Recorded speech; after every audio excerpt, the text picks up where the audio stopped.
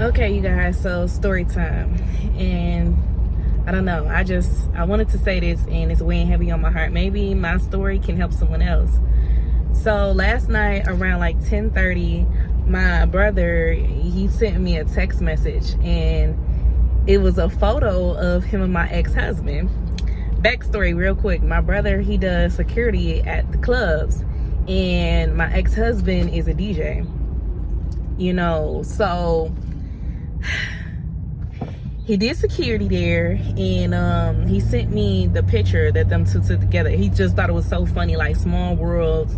Me and him ran into each other. It was in another state, but our states are really close together. My ex-husband is from another state, but they're really close, like on the border. But yeah, he was just like small world. I ran into him here, and once I got the picture, I was just like, oh my God. And my heart had like thumped because it's going on 1 year since my divorce, right? And me and my ex-husband, we did so many makeup breakups to the point where this last final breakup, I was just tired. I really wasn't even, honest to God, affected by it as much as I was like our first, second breakup, third breakup, you know what I mean? Like by this time I was literally just tired and I was ready to be released. I was ready to go. I was ready for it to be over and to move on with the next chapter of my life. So with that being said, we left off on good terms, the last breakup. It was a mutual agreement, like, yeah, I'm going to go ahead and file for divorce. Okay, cool, that's what you want to do. I feel the same way. We need to just end this. This is not going nowhere. I will not go into the entirety of the reason of us breaking up. There was a lot of stuff on his end, as far as like events, but just mentally it was a lot of stuff that I had to work on as well. I was insecure because of certain things that he has done, and I would react certain ways that was unhealthy on my part. So yeah, that's you can put two and two together, right? Okay. Anyway, after I received that photo or whatever, I had reached out and I texted him. Sorry guys, I'm on my way to my kids' school. They have orientation. I already went to part 1. I'm headed to part 2 just because now they have to have clear backpacks, and it is hard to find those in stores. Like I would have to special order it, and they were supposed to give some away, but I guess they forgot on part 1. And I thought about it. I'm like, let me try to catch part 2 and see if I can still get one. But that's neither here nor there. I'm gonna talk about the story, right? So anyway, I reached out to my ex-husband and I was just like, look at this big old Kool-Aid smile that you do. You knew my brother was gonna send me this. Your face almost says it, like, yeah, she finna get this. Like, y'all just thought it was funny, huh? So he was just, gave me LOL. Yeah, that's crazy. I didn't even know I was gonna bump into him. It's crazy how things happen. And then he went to, I said small world. Then he went into, how have you and the family been? And I said, it took me a while to write back. I probably wrote back like an hour later. I was just thinking, contemplating, and trying not to rush too fast because I know what I did not want to turn this into, right? A person respects you less and less the more chances that you give them. So even though things are cool now, I still can't forget the things that you've done to me despite me forgiving you for it. But anyway, I just said, we're good, and I set him straight. I was just like, no, I said, we're good. I did not write back. And then he responded like an emoji. And then like 2 hours later, he responded again. By this time, it's like 2 o'clock in the morning. And he's just like, 2-3. He's just like, so how has the fam been? And when I heard that word, the fam, it's crazy because not only are we talking about my mom, dad, etc. In my mind, the fam, how has your fam been? He says your fam. In my mind, I'm thinking like my kids too. Like they're actually separate. Like they're no longer your kids. Disclaimer, my ex-husband was their stepfather. He was not their biological father. But yeah, he just walked away. He didn't try to do any visitation. Come on. This guy ran a red light. People are, ooh-wee. But yeah, he wasn't trying to do any type of visitation or anything. And he will always do, the fault on my end, he will always do that during makeup and breakups as well. So Oh, they still have orientation. I see people leaving the parking lot. Oh, let's see.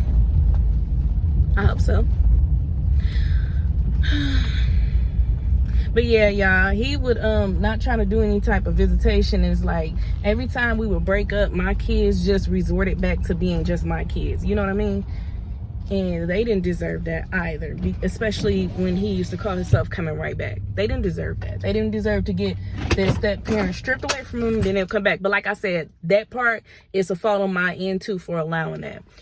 Accountability. So when he said your fam, I just included my kids too in my mind. And I was just like, wow, like this isn't even his family anymore. So I prayed about it. I watched a YouTube video. I love watching like different podcasts and stuff.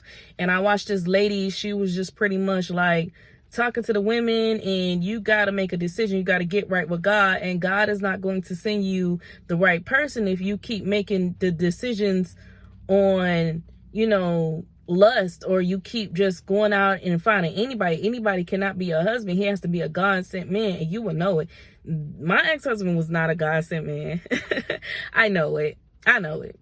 It's just, you know, I was going through my own things, the time of meeting, and although he is genuinely a good person, you know, like to a stranger or to a family member, he really is a good person, but he was not qualified to be my husband, you know. So I pretty much responded to him, and I was just like, you know, first of all, I repented for even reaching out to him. Like, I had to apologize to God. That's a conversation that God and I had to have, right? And then I was just like, to him, I was just saying, you know, I understand that I reached out to you, the picture or whatever, we thought it was funny and everything, but you won't hear from me again. And we have to both stay focused to be on our paths, or else sacrificing our marriage to find our own destiny will be for nothing. The obstacles that we went through during our divorce will be for nothing. And as I'm typing this, I'm just thinking about it like, wow, like this is really much maturity. You know, I'm thinking about it. I'm like, it would really be for nothing if I sat up here and got back cool with this man. Never let a man tell you more than once that he does not want to be with you. This man has told me countless times. I mean, the majority of our separations was because, well, all of our separations was because some sort of infidelity or something that he did on his end that made me react to putting him out or spazzing or going crazy, and then I counter react. But it was initiated that I was not where he wanted to be. And some guys think of it like, cool, you put me out, okay, I get a time to spend with such and such, and then I'll come back home and I'm ready. And I would get all fired up and say I'm done and leave that door open. And this is a new mindset. You know, this is the longest we have ever been separated, and the fact that we actually got a divorce is over. And when I was writing him, he responded, he was just like, wow, what you're saying almost made me cry. Like, I get it. And I pray, you know, you have a good life and you take care. And then he went into my grandpa, my mom's dad. This is what he said to me. My mom's dad passed away and on the 11th of July, and his funeral was last week. And you know, my life is just turned upside down. I'm just going through so much, and the funeral already passed and everything, so that part is over. I'm getting a little better, but it's still things mixed up. I just thought you should know that. And then he put like all these prayer hands and emojis, and of course I'm paraphrasing, but it was like a really lengthy message just about how down and out he has been just over the course of the divorce alone. And to be honest, y'all, I seen it as red flags. Like, I understand. First of all, I do not want to undermine a death in the family. I know it hurts. I just lost my child a few months ago. That's a whole nother story. This is with someone after, you know, my divorce. It's just a whole nother story that I will go into. But as far as that goes, I know grief. And I'm not undermining that. It's just the fact that the struggle, like, he was just talking about his whole life, like everything, just be stuff besides that. And it just gave me a reminder of when we were together, everything was like haywire, like everything was wrong. It would always be a constant struggle, whether it was like his emotions of him not being healed, or it would be financially, mentally, like it would just always be something. Sometimes physically, like he didn't want to get up and do anything, and in some stages even work. He did not want to work, and it was just me, like, we got a family to provide for.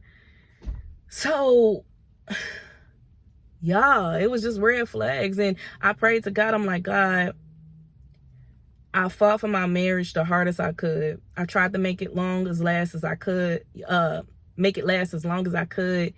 And it's time for me to give up on my ex-husband, because he's no longer my husband. And please give me a sign that I'm making the right decision. I don't believe that he has changed within 9 months. Please give me a sign. It's almost a year. So I felt like that was my sign right there. I prayed about it. Went to sleep. When I woke up, I seen that message. And when I saw that, I was just like, yeah.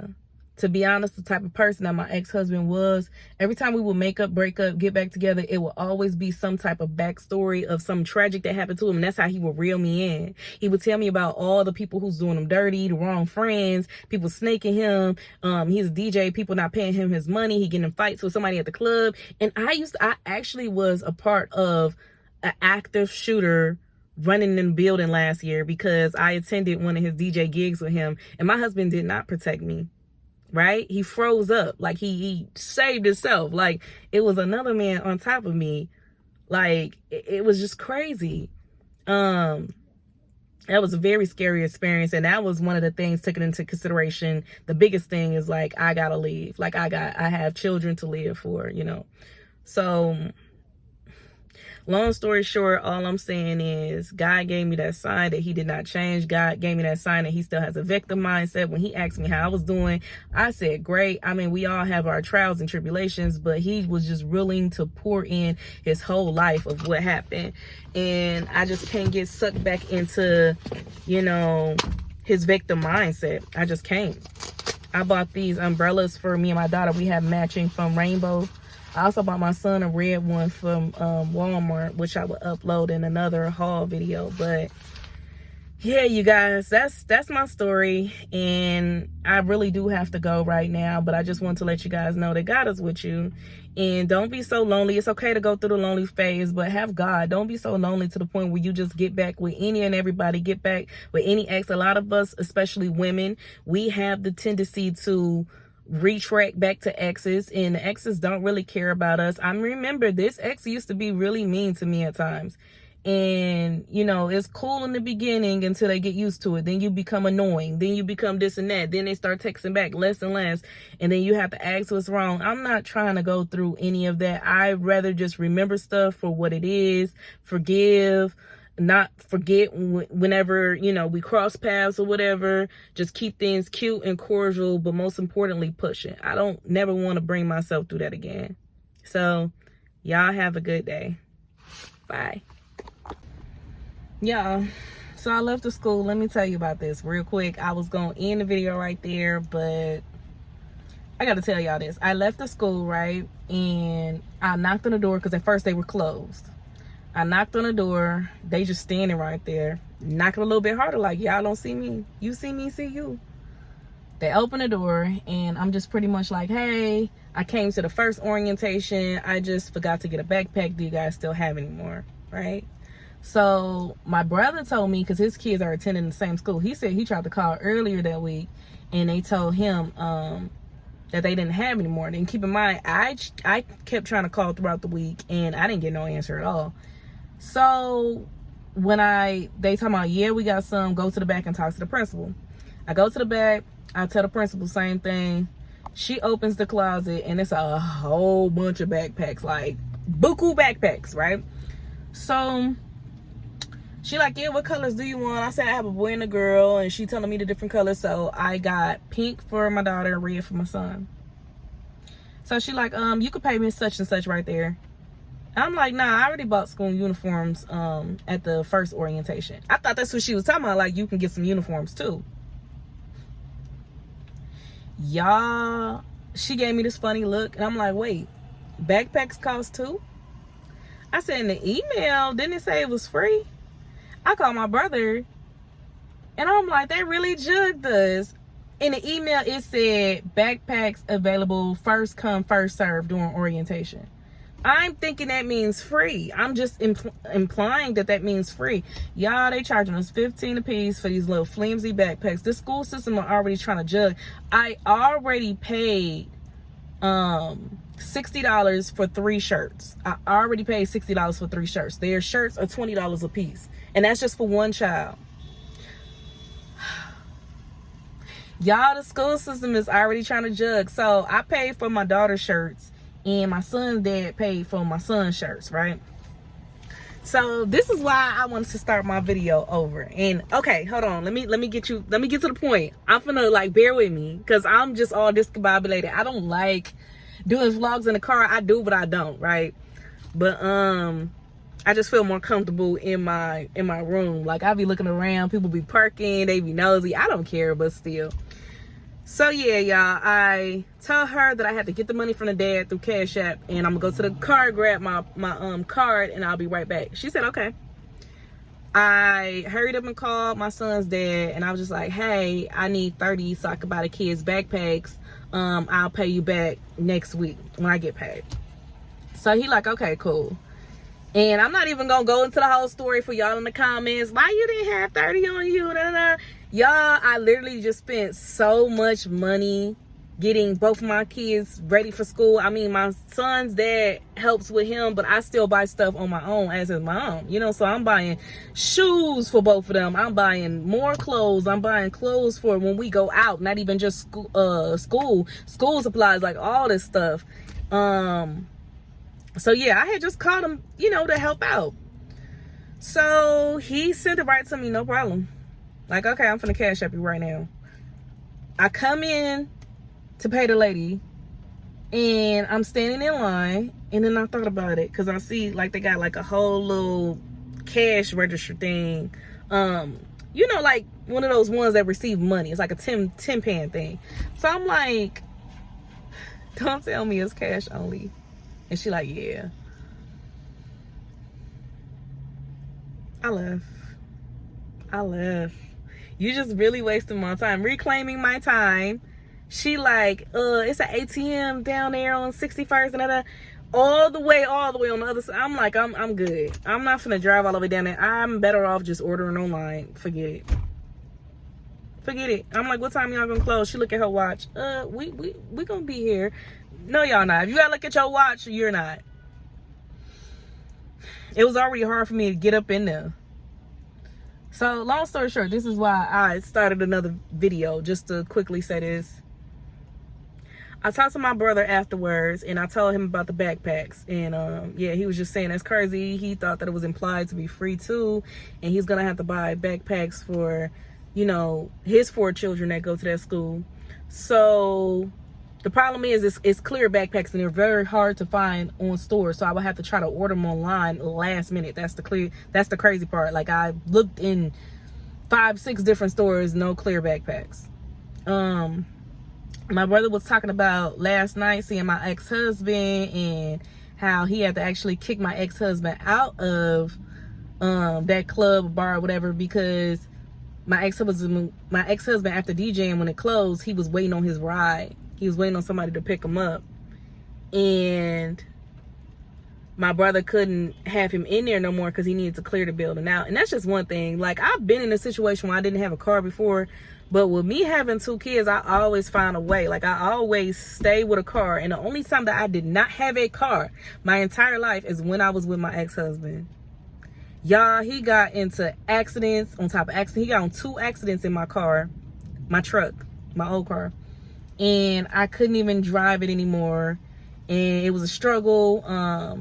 Then I had ended up buying another car with my own money. That one went out. He does not know how to drive. Like, it was just always something going on, man. And now it's to the point where he still don't have a car. Since I met this man years ago, he has never had a car on his own. He's always relied on me. And now it's almost a year later. He doesn't have any children or responsibilities. You know, he lived with his mother and everything. He doesn't, and his mom is real lenient with him. He doesn't even have the means to save up money to get himself a car. Like, even filing taxes, he kept all his money. Like, he didn't give me anything. I didn't expect him to. We were already divorced. Like, we had got divorced right before tax time. But I know he was getting some type of refund. Like, he didn't try to add on to that to get himself a vehicle. And it's just one of them things, like, yeah, if I was with him, number one, he would have still been relying on me to get him to point A to point B. That would have been me outside 4 o'clock in the morning waiting for him to come out the club, or he would have just took my car. And I have a very, like, I have a nice car, you know what I'm saying? It's average to most, but it's nice to me, you know what I mean? And it would have been me waiting outside for him, taking a chance, praying that he don't get in some type of accident. He's the type where he'll have his phone right here on the stand like how I do, but he'll be watching videos and TV and music videos. And I used to always get at him about that. Like, bro, you driving? Seriously? You watching TV? A whole episode? And you driving? And then number two, when it comes to the school thing, it's crazy how he's my whole ex-husband. It has not even been a year yet. And I couldn't call him to ask him for the $30 the way I did my son's dad. It's more, to be honest, I know it's not his responsibility, right? But we had more of a bond with us being married in the duration of our marriage for me to feel comfortable asking my ex-husband for the money. And he knows that I'm good for paying him right back. As opposed to my son's dad, I'm asking him money for both of my kids. My daughter, who's not even, you know, biologically his, and he just gave it to me like it's nothing. He don't even expect me to pay him back. But my ex-husband, it would have been a whole situation. I could tell you right now, if I would have asked him for it, he would have told me, he wouldn't have said that's not my responsibility straight up. Even if I said I'll pay you right back, knowing that, you know, he don't have any responsibilities as far as bills like that, knowing that he just got paid last night from the club, he would have told me, you know, saying I got to give my mama something. I ain't got it right now. I already owe my mom. That's who my whole check going to. He would have lied. He would have lied. It was finna come down bad, y'all. He would have lied to me.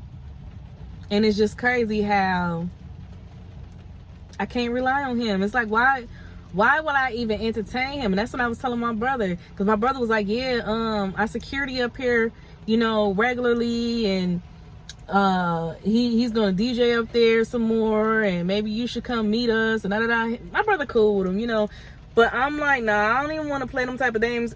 I don't even want to get myself wrapped in that, because if we were that cool, we're supposed to be able to look out for each other. Let me tell you, because just in case you guys don't get it, because I'm not one of those ladies who be like, well, if you want to be my friend, you got to do for my kids. I'm not one of those type of ladies. Let me explain to you what I mean, right?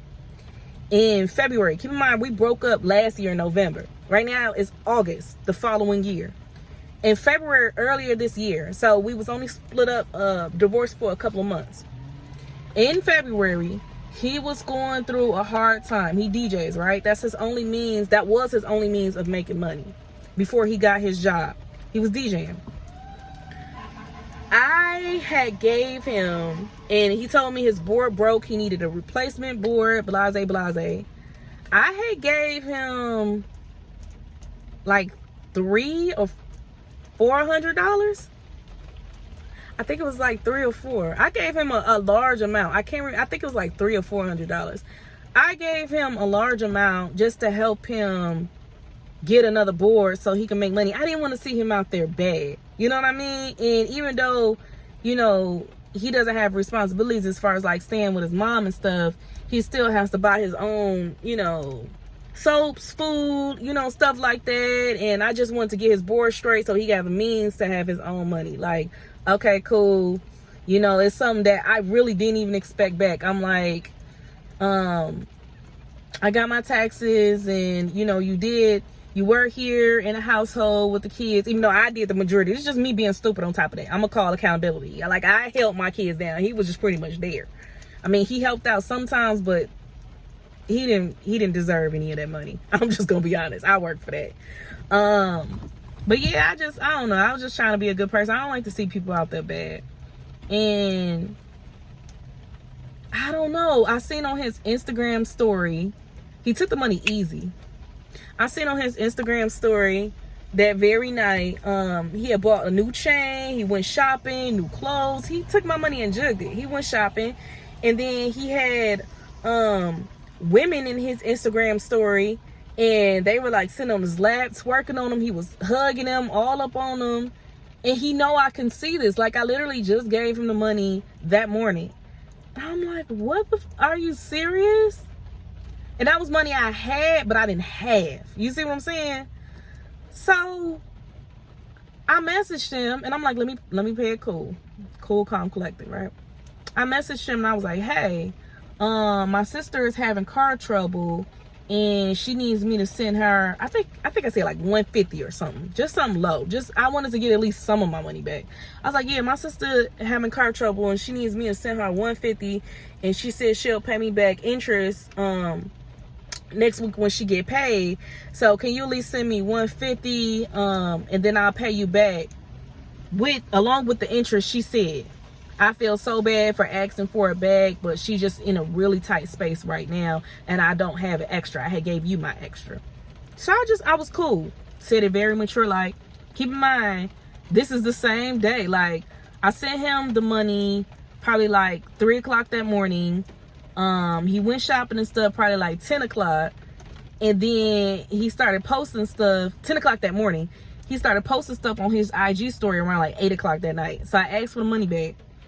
And he was just pretty much like, don't have it. I owe my mom. I gave it all to her. What the? So you told me you needed a new board, and you gave $300-400 to your mama. So your mama you just told her, because she gonna wonder where you get the money from. You just told her I gave you that much? Because according to your mama's eyes, we not even talking. He wouldn't tell his mama that he in communication with me. Not even to give him money. He wouldn't tell his mama that, because his mama would try to shut that down. That's a whole nother subject. Yeah, he said he didn't have it. He didn't have the money. He gave it all to her. He lied to me the same exact day, and it was so easy for me to give money to him. And he didn't even ask. Like, I just felt bad for his sob story, but it was so hard for him to give me my money back. And that's what I'm saying. I can't mess with people like that. Therefore, if I'm willing to do stuff like that for you, just on a whim, and I ain't got to, and we just freshly got divorced, you should be able to do stuff like around school time. If we come across paths, I should be able to ask you, hey, do you have $30? Even, I'm always the type, I'll pay you back. I'm not even going, I don't feel comfortable getting money from people and not paying them back, like on some favor type stuff. Do you have $30, and I'll pay you right back next week? And you know I'm good for it. And he would still somehow tell me no. Like, knowing my kids, the same kids that we built as a family, needed it. But he would have no problem trying to get with me, right? No problem trying to have me come up to the club and hang out with him. No problem trying to, you know, text every day, good morning, good night, what you on? But for you to be my ex-husband, I couldn't even ask you for something. I couldn't even ask you for help. I couldn't even need a spare tire and ask you to come help me. He wouldn't even know how to change it. But I wouldn't be able to ask you for help for nothing.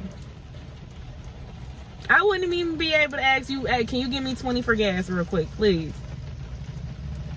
It'll always be an excuse. So yeah, that selfish mindset, that's something I'm not trying to deal with. And I'm moving forward. And it didn't feel good. Initially it did, but now it didn't feel good running back into him, because I just kind of wish I would have never received that picture and stayed on my path. I'm still on my path, but just seeing him kind of set me back. Just seeing that picture. I move forward, and I know that there is better for me out there. And I'm not just talking about a man. I'm talking about a better life. It's a better life for me out here than the stuff that I have once dealt with, you know. And Oh, Jesus. It's better. But yeah, I ain't gonna hold y'all. I ain't gonna make this video too long. Hope you guys have a good day. Bye. Y'all, this is a real quick part 3. It's raining super hard. I thought I was done with the video. I'm done after this.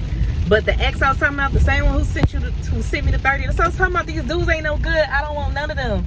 Y'all, he's supposed to be picking up my son. And I told him I caught a flat tire at Dollar Tree and I'm gonna try to make it home. He's actually parked outside my house right now waiting on me. And he just said, okay. He didn't say, oh, do you need help? Do you want me to trail you? He didn't say none of that.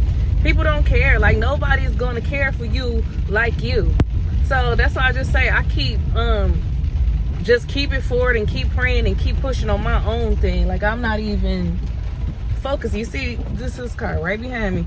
I'm like, I'm not even focused on these dudes because they don't care. The only person who got you is you. For real, sus. Like, look after yourself. These dudes do not care.